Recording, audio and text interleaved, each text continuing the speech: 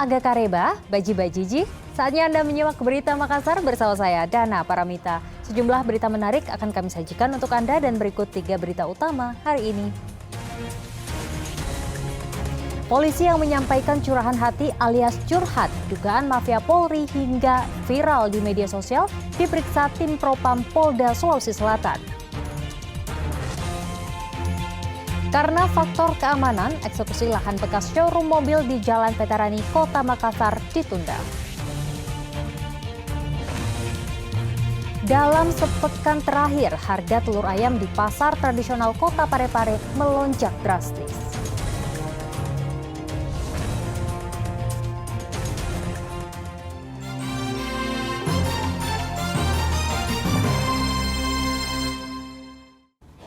Informasi pertama untuk Anda, Aibda Aksan yang menyampaikan curahan hati alias curhat hingga viral di media sosial diperiksa tim Propam Polda Sulawesi Selatan. Dalam rekaman berdurasi hampir 3 menit, anggota Polres Tanah Toraja ini menyoroti dugaan mafia Polri. Saya Aksan menyampaikan kepada Bapak, Institusi Polri di Sulawesi Selatan kembali mencuri perhatian publik. Beredar curahan hati alias curhat Aibda Aksan dalam rekaman berdurasi hampir 3 menit yang menyoroti dugaan mafia di tubuh Polri. Aibda Aksan mengklaim jika ingin menjadi perwira polisi dan pindah tugas harus membayar. Anggota Polres Tanah Toraja ini juga menduga ada korupsi dengan berkurangnya anggaran bensin bagi polisi yang bertugas di lapangan. Aibda Aksan pun meminta Kapolri membersihkan mafia yang bersarang di tubuh Korps Bayangkara. Menyikapi pernyataan Aibda Aksan, Polda Sulawesi Selatan menyampaikan bantahan.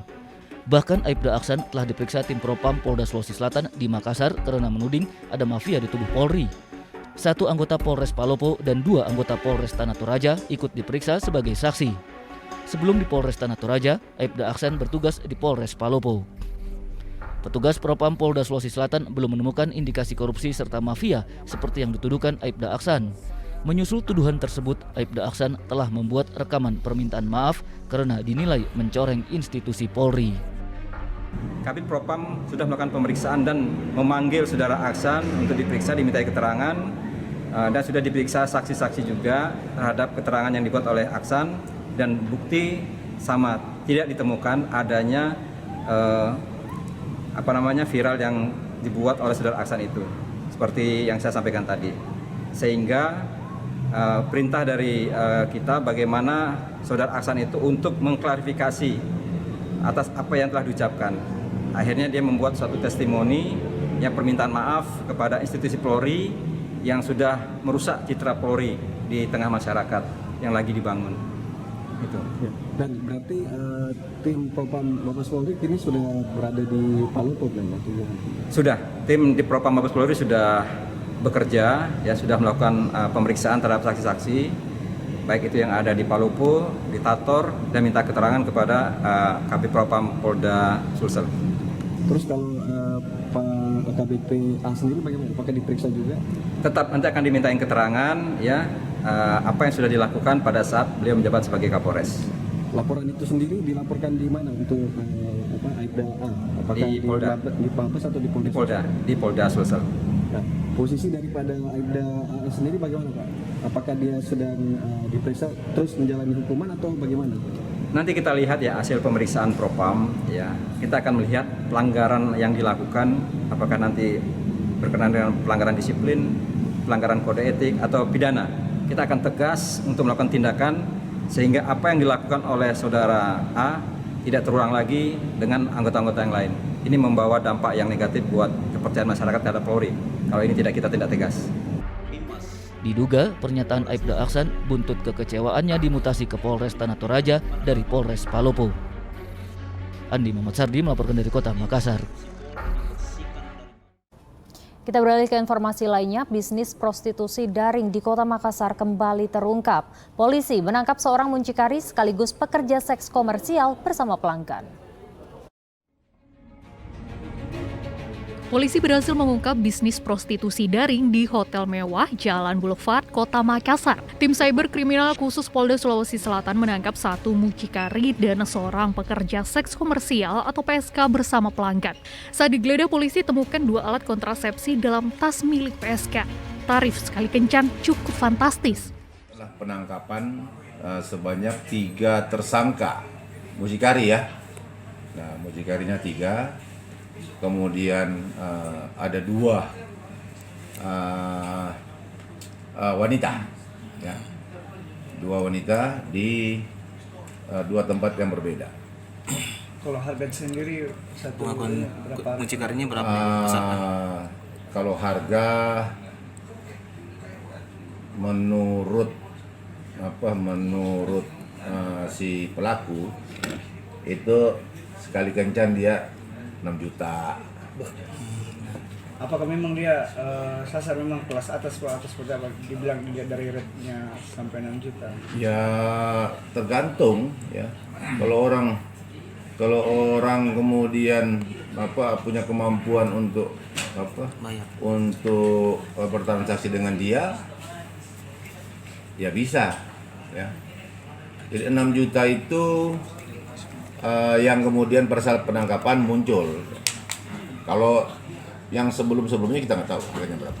Apakah menjajarkan selebgram juga Bang atau artis lokal Bang, seperti apa? Kalau itu ya tidak perlu saya sampaikan. Yang jelas yang perlu saya sampaikan bahwa ada kegiatan penangkapan pengungkapan prostitusi online dengan 3 mucikari ya, dan 2 perempuannya. Ya. Kalau sudah berapa lama dia, Bang? Kalau menurut si mucikari yang 2, yang cewek ini ya belum terlalu lama sih. Ya. Belum terlalu lama. Baru sekitar 2-3 bulan lah. Polisi akan terus menelusuri jaringan prostitusi daring melibatkan jasa mucikari yang kian marak di Kota Makassar. Zainuddin melaporkan dari Kota Makassar. Polisi berhasil meringkus penganiaya balita di Bantaeng yang viral di media sosial. Pelaku sempat masuk daftar pencarian orang nomor 1 di Polres Bantaeng.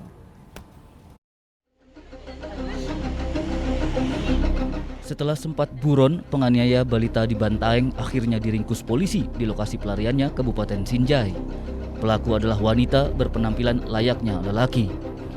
Polisi telah melakukan pemeriksaan intensif termasuk cek kejiwaan. Pelaku melakukan penganiayaan karena kesal terhadap ibu korban. Pelaku juga kesal karena korban sering rewel saat dititipkan oleh ibunya. Saat bekerja, ibu korban kerap menitipkan anaknya ke pelaku. Diduga ibu korban yang sudah berpisah dengan suaminya menjalin hubungan asmara dengan pelaku. Akibat perbuatannya, pelaku dijerat Undang-Undang Perlindungan Anak dengan ancaman 5 tahun penjara. Sekitar bulan November ada kejadian yaitu penganiayaan terhadap anak yang dilakukan oleh terduga pelaku itu atas nama Hasruni alias Nino. Yang mana pelaku ini adalah juga merupakan satu rumah dengan korban bersama ibu korban. Tapi karena ibu korban ini biasa keluar dan anaknya dititip ke pelaku, sehingga kadang anak ini rewel, ya merasa terusik ke pelaku ini sehingga dia melakukan penganiayaan kalau ibunya tidak ada. Motifnya karena rewel aja, Bang? Nah, itu tadi motifnya, itu ketika ibunya pergi, mungkin anak ini sering rewel, ya dia tidak senang, akhirnya dia melakukan penganiayaan seperti dicubit lah atau apakah dijambar rambutnya. Anggota kami yakni tim Resmob Polres Bantaeng berhasil menangkap pelaku, yang mana pelaku ini melarikan diri ke Sinjai. Sebelumnya viral di media sosial, seorang anak berumur 4 tahun di Kabupaten Bantaeng dianiaya hingga menangis kesakitan. Rekaman berdurasi 2 menit itu dikecam warganet dan menjadi perhatian serius polisi. Dari penyelidikan terungkap korban dianiaya di rumah keluarga pelaku. Andi Muhammad Sardi melaporkan dari Kabupaten Bantaeng. Hujan deras yang melanda Kabupaten Toraja Utara mengakibatkan jalan ambles dan longsor di Kecamatan Tondon. Sedangkan di Kecamatan Sanggalangi, satu rumah adat rusak akibat longsor. Pondasinya tergeser karena pergerakan tanah. Hujan deras sejak beberapa hari terakhir mengakibatkan jalan amblas dan longsor di Desa Tondon Langi, Kecamatan Tondon, Kabupaten Toraja Utara. Akibatnya jalan tidak dapat dilintasi kendaraan karena kondisi jalan beton menggantung. Selain amblas, jalur sepanjang 100 meter juga tertutup material longsor mengakibatkan aktivitas warga lumpuh. Untuk evakuasi material longsor, Badan Penanggulangan Bencana Daerah atau BPBD Toraja Utara akan mengerahkan alat berat. Kami tim dari penanggulangan bencana turun ke lokasi longsor untuk meninjau kira-kira dengan teknik apa sehingga penanggulangan darurat bisa dilakukan supaya masyarakat ini bisa melewati, karena di atas itu ada beberapa kampung. Hujan deras mengakibatkan tiang listrik di wilayah ini roboh hingga mengganggu pasokan listrik. Selain di Kecamatan Tondon, longsor juga terjadi di Dusun Isong Batu, Kecamatan Sanggalangi. Longsor mengakibatkan satu rumah adat Tongkonan rusak karena pondasinya tergeser pergerakan tanah. Pemilik rumah dibantu warga setempat terpaksa memindahkan rumah berbahan material kayu dengan cara digeser menggunakan bantuan alat berat atau eskavator ke lokasi lebih aman.